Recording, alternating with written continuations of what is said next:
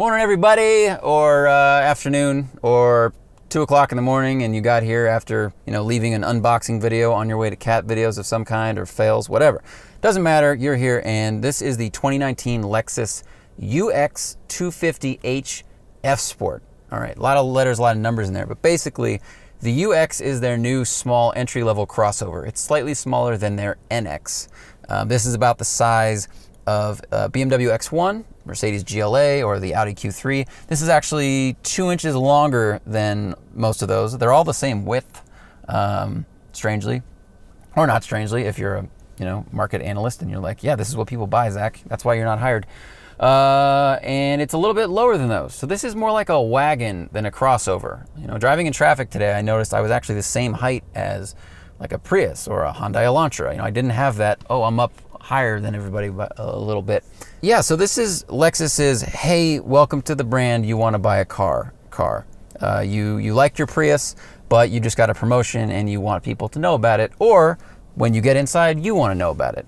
And at first, I wasn't sure why you would do that, but I realized you spend a lot of time in your car and you want it to be a nice experience. It's like you get yourself a really nice apartment, even though most of the time you're asleep or at work. So same thing. But anyway, we're going to get to how it drives soon and some other things. I want to go through the options list, though, because although this car starts at $36,000, this one is $43,500. And I want to talk about that and talk about what you get and what you don't need. Now, because this is such a competitive space, Lexus is trying to give buyers a lot of stuff in standard trim. So you get a lot of safety things, even at the base hybrid F Sport model. That comes with things like the safety detection system, which has a pre-collision warning. It has pedestrian detection, only in the daytime, not at nighttime. Radar cruise control, which is the best invention for cars in the last 20 years, in my opinion. Once they figured out airbags, radar cruise is great. You get lane departure alert with steering assist. It's quiet, it's not too aggressive on the wheel, which is kind of nice. And road sign assist with smart high beams. What you don't get standard, and a lot of Toyota products, at least I found in my research, you don't get blind spot monitoring in standard form. And that's unfortunate because the 3/4 view over this car and back here is it's not great, because look at, this pillar, like Alex Honnold could rock climb this pillar, it's gigantic. That all comes as part of the F Sport luxury package. That's not the F Sport package, it's the F Sport luxury package. And that comes with the moonroof, rain sensing wipers, heated vented seats, the power back door, which has a cool thing where you kick your foot and it opens. Cut to that shot now. Convenient when you're holding lots of stuff. Auto dimming side mirrors, easy access driver's seat with memory and blind spot monitoring. So that is all $3,000. And then for $2,200, you get the nav system with a big screen, voice activation, which I didn't really enjoy using because of how it responded to my voice commands. There's a training process. I didn't go through it. Maybe it gets better, but other cars have been more intuitive. And you get a big stereo, which does sound really good. Only other options are the paint, which is cool and has a good flake to it, and parking assist with rear cross traffic alert with braking. That's $500. Personally, I would skip the luxury package because I find that once I turn on the air conditioning system, I don't really need the heated, cooled seats. They're nice, and I can open the door by myself. And I don't need the giant screen. The giant screen's nice, but let's be honest, most of us are just going to get a phone mount. It has Apple CarPlay anyway, which works really well. You use Google Maps to navigate, and you play your music through that anyway. So I think you could save yourself a bunch of money, which makes this car more competitive and it makes more sense. But we're going to get to that in a minute while we go driving. Cut to the Polo.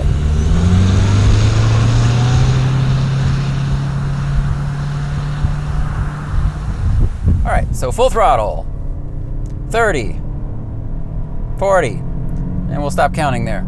All right, a lot of people have said this car is slow. It's slow compared to like a V6 Camry would destroy it. Plenty of other cars would destroy it. Hybrids aren't traditionally fast. If any of you start riding P1, Like, that's a hybrid, it's fast. Yeah, I know. So it's 0 to 60 is 8.6 seconds. Its predecessor was the Lexus CT200, and that did 0 to 60 in 10. So that's progress, people. That's progress.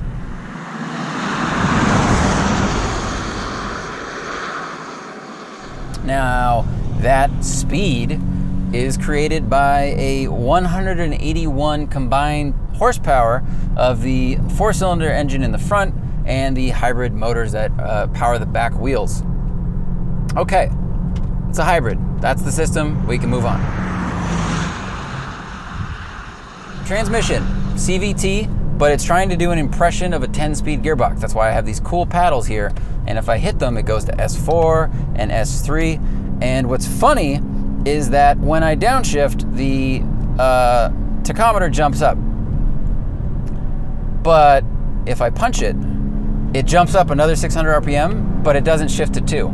So it does this weird thing where the tach dial is doing a good impression of what a traditional engine would do when you downshift, but the cops. But the shift number doesn't change, which is very weird. All right, something strange has happened here. There's been a lot of bad stuff today. I saw a Camaro that oversteered and crossed into the other side and had a head-on with somebody, and the other person was just trying to have a nice day in the canyons. So be careful. Don't be that person. Do not overdrive your car. And don't drive, they were driving fast right here. Those are the tire tracks. They were driving fast on one of the busiest parts of this road. Don't do that, okay? Go where there are no people. Do it at a different time. Anyway, enough preaching. So the transmission is weird. It's quieter and better than early CVTs I drove. I don't hate it the way I did in early Accords. And frankly, if you're driving this car or a car like this, it's like a hybrid city runabout, you're not going to want a manual. Shifting yourself, sure, you could do an 8-speed like a ZF or something, whatever. You just want it to work. That's the person buying this car. They're not out to have like an electrifying driving experience. They want a comfortable luxury vehicle that they can park anywhere, put stuff in, don't have to put gas in very often. That's what they want, okay? And it does deliver on all those promises. I think the gauges are really cool, and the materials are really nice. The seating position's good. The seats are very comfortable. There are different seats in the F Sport than the regular car. All of the systems function well, as long as you don't use the little touchpad they have down here. They replaced the mouse and they went to the touchpad. I hate the touchpad. It skips over my selection a lot. It's like it's too reactive. The haptic feedback helps a little bit, but luckily Lexus has installed a lot of hard buttons that are like redundant controls for the touchpad, and those work really well. The ones on the wheel work well. And there's also these really ingenious scroll wheels attached to your armrest right here. So you can just rest your hand and like scroll up, scroll down through the tuning for XM radio or volume. You can change media there and it all works well. And another huge favorite of mine is that when you hit next on the tuning wheel, it doesn't go to your next preset. It goes to the next channel. And so many cars, when you hit like next on one of those buttons, just goes to the next preset, and that is stupid. So I like all that. I like the way it works. The front seats are comfortable. I can sit behind myself.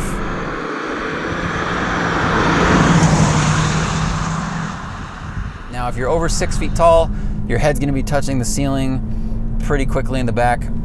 Front headroom, even with the moonroof, is really, really good. But the back seat, I'm not sure if it's better than the room offered in the X1 or the Q3 or any of those cars. So, do your homework, look at the numbers. So speaking of numbers, why do you buy this car? Why do you buy the H for the premium of $36,000 base? Well, it gets 41 city at 38 combined, whereas the Q3 with the 2-liter turbo, more horsepower, quicker, but it gets 28 highway, which is not very good. The BMW X1 is a little bit better. It's got more power and still gets like 33 miles per gallon highway. Better, but still not as good as this car. Now, what I came away from after living with this car in LA for a couple of days, admittedly only a few days, Hybrids are great for city living. They're really good for that. EVs or hybrids. They're quieter, they're more relaxing, the engine turns off, you have less vibration. Like, we don't really think about how much that kind of input changes your mood and how you feel in a car, but it does. I mean, if you drive like a really loud, shaking Mustang or something like that, you can get tired. The extreme example is like, drive a car with side pipes. Drive a car with side pipes at 25 miles an hour for an hour and tell me you're not more tired after that drive than in a Miata at 30 miles an hour. There's just something about the noise, vibration, and harshness. So the EVs are really good for that. So I find the drivetrain's really good in this car. The suspension setup is really good. It's a multi-link in the rear. The dampening is excellent. Whatever they're doing at Lexus chassis-wise, and I know Matt has spoken about this when he reviewed like the LS, the LC, and the ES. Like, they're doing a really, really good job. They're like kind of like GM. GM's chassis people and suspension people are awesome, and all their cars handle great and feel really good. Lexus, same thing. BMW could take some lessons from them. It's getting a little slow here. I'm probably going to make this review quick. I mean, as far as how it drives, you're not shopping for this because you need a performance automobile. You don't care where it understeers, which is early because it has eco tires. It feels fine. It feels pretty even around corners. The steering rack is quick. The feel is light, but not too light. Great. Good. Print. What you're doing when you're shopping for this car, or looking at this car, is you're comparing what you get for your money and how it makes you feel, right? Luxury purchases, and they've studied this, are not a logical decision. If you want to make a logical decision and you want a car that has air conditioning and cruise control and room for 5 adults, there are plenty of options that cost $10,000 less, right? But you're buying this because it says Lexus, and because you tell the world that you could buy a Lexus. You're telling yourself you can afford a Lexus. You liked your Prius, but you made a little bit more money, right? So that's what you're doing. So when you're comparing it to like the GLA or the X1 or the Q3, you're looking at the numbers, okay? Both of those cars, the Q3 and the X1, they get worse gas mileage. They're 2 inches shorter, roughly. They're a little bit taller, and they hold more stuff in the back. Seats up or down, hybrid or no hybrid, actually. The hybrid system in this does take up like 4 cubic feet, but even without that, those other cars had a little bit more cargo space. I think it's because the roof is taller. But this gets way better gas mileage, right? Now, you might be thinking, okay, well, if I get better gas mileage, that will eventually... The audio thing just fell down.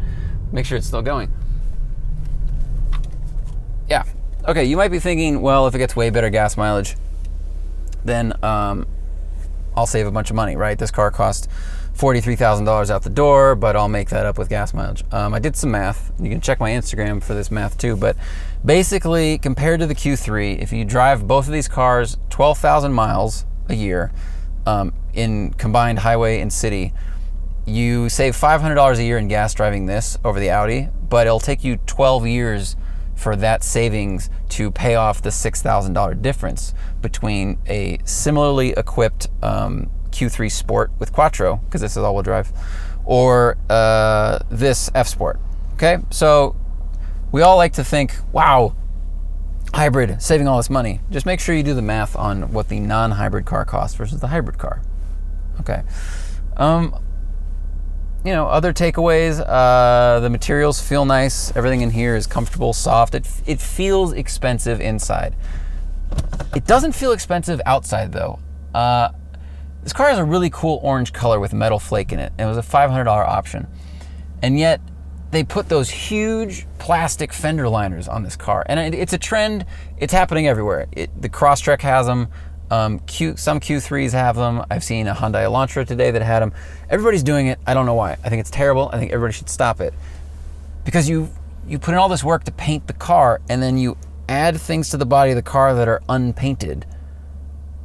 And I don't get it. It's like you put on a tuxedo or a suit, and then you put your feet into giant, knee-high water boots. That's not what they're called. Rain boots. Water boots. You put them into rain boots, and suddenly you just ruin that entire aesthetic. So I don't really get it. The rest of it, I think, kind of looks like like a transformer that put on a poncho to pretend to be a human. It's just like, it's got paint that looks good, but there's just angles happening all over the place. There's a lot of angles. But looks are subjective. And, you know, at the end of the day, what is Lexus known for? They're known for being slightly cheaper than the German competition and being more reliable. And I think if you're buying a car in this market, you're going to look at more than just how it looks and how fast it goes. People shopping for an entry-level luxury crossover, you guys look at numbers, right? You want to compare what you get for how much you spend.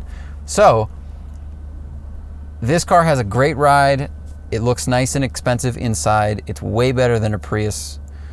It is a much better experience. Whether or not that is enough for you to go past the other cars that I think look a little bit better and maybe hold a little more stuff is up to you. I think Lexus is killing it in the user experience game, other than the touchpad and the suspension game. The rest of it is up to you. So I hope you guys found that informative. It's a little longer than other one takes, but you know, the cars today have way more features. You know how quick a one take would be if it was a 68 Mustang? And be like, oh, that's where you turn it on, and that's where you turn the headlights on, and let's go for a drive. So it's got a lot more stuff. Hope you guys like that. Watch the podcasts, listen to the podcast, buy our t-shirts, all those things, and we will see you next time.